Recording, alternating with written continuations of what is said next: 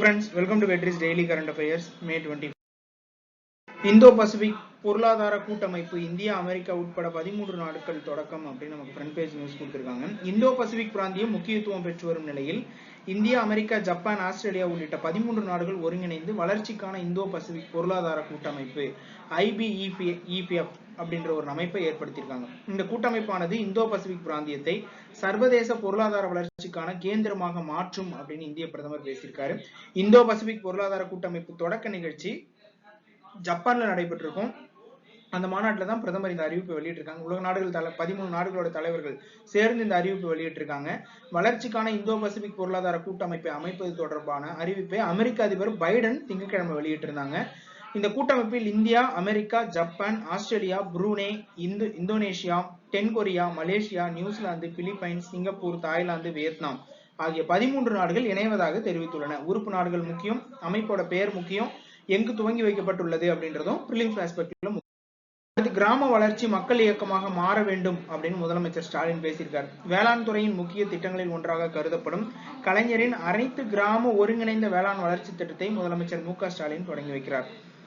உழவர்களின் நலன்களை முன்னிலைப்படுத்தும் தமிழக அரசுக்கு இயற்கையும் நல்ல ஒத்துழைப்பை அளித்து வருது அப்படின்னு அந்த ஒரு சில விஷயங்கள்லாம் பேசிட்டு இந்த கலைஞர் பெயரிலான கலைஞரின் அனைத்து கிராம ஒருங்கிணைந்த திட்டத்தை தொடங்கி வைக்கிறார். இந்த திட்டம் எதற்காக அப்படின்னு நேரடி கொஸ்டினா பிரிலிம்ஸ்ல வர்றதுக்கு வாய்ப்பு அதிகம். மெயின்ஸ் ஆஸ்பெக்ட்லயும் நமக்கு யூனிட் 2ல தமிழ்நாட்டினுடைய வளர்ச்சி, அங்க இருக்க டெவலப்மெண்ட் அட்மினிஸ்ட்ரேஷன் சார்ந்து எழுதும் போது மெயின்ஸுக்கும் நமக்கு இந்த திட்டத்தை மேற்கோள் காமிக்கிறதுக்கு யூஸ்ஃபுல்லா இருக்கும்.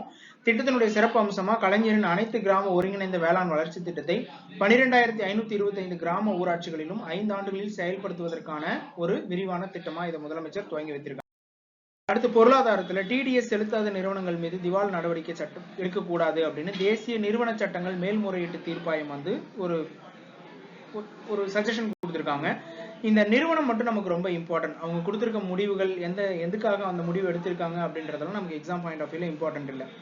ஆனா நேஷனல் கம்பெனி லா அப்பல்லேட் ட்ரிபியூனல் அப்படின்றது 2013ஆம் ஆண்டு கம்பெனி சட்டத்தின் கீழ், நிறுவன சட்டம் 2013 கீழ் 2016 ஜூன் 1ஆம் தேதி இந்த அமைப்பு தோற்றுவிக்கப்பட்டது அப்படின்ற அதனுடைய பேக்ரவுண்ட் மட்டும் தெரிஞ்சு வச்சுக்கிறது ரொம்ப அவசியம்.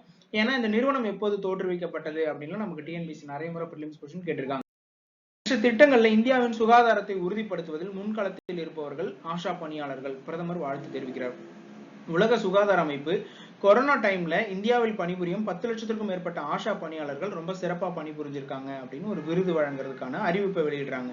அந்த 10 லட்சம் அனைத்து ஆஷா தன்னார்வர்களையும் கௌரவிக்கிறதுக்காக சர்வதேச சுகாதார தலைவர்கள் அப்படின்ற விருதை உலக சுகாதார அமைப்பு அறிவித்திருக்காங்க.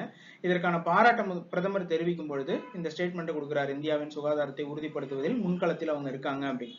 இந்த ஆஷா பணியாளர்கள் அப்படின்னு நம்ம சொல்றது அக்ரிடியேட்டட் சோசியல் ஹெல்த் ஆக்டிவிஸ்ட் அப்படின்னு சொல்றோம். அதுதான் ஆஷா, ASHA அப்படின்றது ஆஷா பணியாளர்கள்னு சொல்றோம். இவங்கள எந்த திட்டத்தின் கீழே தொடங்குறாங்க? நேஷனல் ரூரல் ஹெல்த் மிஷன் 2006ஆம் ஆண்டு தேசிய கிராமப்புற சுகாதார திட்டத்தின் கீழ் இந்த ஆஷா பணியாளர்கள் உருவாக்கப்படுறாங்க. 25 வயது முதல் 45 வயதுக்குட்பட்ட அந்த கிராமப்புறத்தை சேர்ந்த அல்லது அந்த நகர்ப்புறத்துல அந்த பகுதியில் வாழ்கின்ற 10ஆம் வகுப்பு முடித்த பெண்கள் அல்லது கணவனால் கைவிடப்பட்ட பெண்கள், இப்படி 10ஆம் வகுப்பு முடித்த கணவனால் கைவிடப்பட்ட அந்த பகுதியை சேர்ந்த ஓரளவுக்கு படிப்பறிவு இருக்க இந்த பெண்களை அந்த ஆஷா பணியாளர்களை நியமனம் செஞ்சாங்க.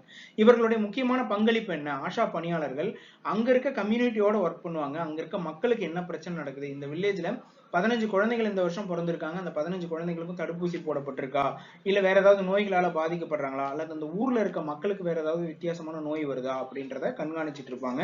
உடனடியா பக்கத்துல இருக்க பிரைமரி ஹெல்த் சென்டருக்கு அவங்க தகவல் கொடுப்பாங்க. அப்ப அரசினுடைய பொது சுகாதாரத்துறைக்கும் மக்களுக்குமான இடையே ஒரு உறவை ஏற்படுத்துறதுக்காக இந்த ஆஷா பணியாளர்கள் நாடு முழுவதும் பணியமர்த்தப்பட்டிருக்காங்க. இந்தியாவுல 33 மாநிலங்கள்ல இந்த பணியாளர்கள் செயல்புரியுறாங்க. புதுச்சேரி, கோவா மற்றும் லடாக் இந்த யூனியன் பிரதேசங்கள்ல மட்டும் இவங்க செயல்படுறது இல்லை. மற்ற 33 மாநிலங்களையும் செயல்படுறாங்க. ப்ராமினன்ட் பர்சனாலிட்டிஸ் டைரக்டா ஒரே வார்த்தை, தில்லியினுடைய துணைநிலை ஆளுநராக வினய்குமார் சக்சேனா நியமனம் செய்யப்பட்டுள்ளார். வேர்ல்டு ஆர்கனைசேஷன்ல இந்தியாவில் முதலீடு செய்யுங்கள் அப்படின்னு பிரதமர் ஜப்பான்ல இருக்க முன்னணி தொழிலதிபர்களுக்கு அழைப்பு விடுத்திருக்கார் அப்படின்றதான். இப்ப நம்ம இந்த ஜப்பான்ல ஒரு 2 நாள் அரசுமுறை பயணமா போயிருக்காரு. அங்க இருக்க தலைவர்களை சந்திச்சு பேசிட்டு இருக்காரு அப்படின்றத பார்த்திருப்போம். அதுல ரொம்ப முக்கியமா நமக்கு நியூஸ்ல கொடுத்திருக்கிறது சுசுகி நிறுவன தலைவர் ஒசாமு சுசுகியை சந்திச்சு பேசினார் அப்படின்றதான். நமக்கு போட்டோவாகவும் போட்டிருக்காங்க. அந்த நேம் ப்ராமினன்ட் பர்சனாலிட்டிஸ் அப்படின்ற டாபிக் கீழே நமக்கு அந்த நேமும் கவர் ஆகும். சுசுகி நிறுவனத்தின் தலைவர் யார் அப்படின்றதெல்லாம் குரூப் 4 பாயிண்ட் ஆஃப் வியூலாம் கொஸ்டினா கேட்கறதுக்கான வாய்ப்பு ரொம்ப அதிகம். ப்ராமினன்ட் பர்சனாலிட்டிஸ்லேயே ஆஸ்திரேலிய பிரதமராக ஆண்டனி அல்பனேசி பதவியேற்றுள்ளார்.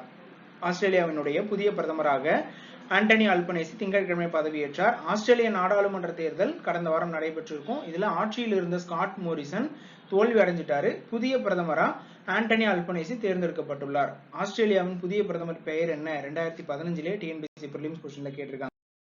ஸ்போர்ட்ஸ்ல பாரா டேபிள் டென்னிஸ் இந்தியாவுக்கு 12 பதக்கங்கள். ஜோர்டானில் நடைபெற்ற போட்டி எங்கே நடைபெற்றது அப்படின்றதும் நமக்கு கொஸ்டினா இருக்கும். ஜோர்டானில் நடைபெற்ற சர்வதேச பாரா டேபிள் டென்னிஸ் சாம்பியன்ஷிப்பில் இந்தியாவிற்கு 4 தங்கம் 4 வெள்ளி 4 வெண்கலம் என 12 பதக்கங்கள் கிடைத்துள்ளன.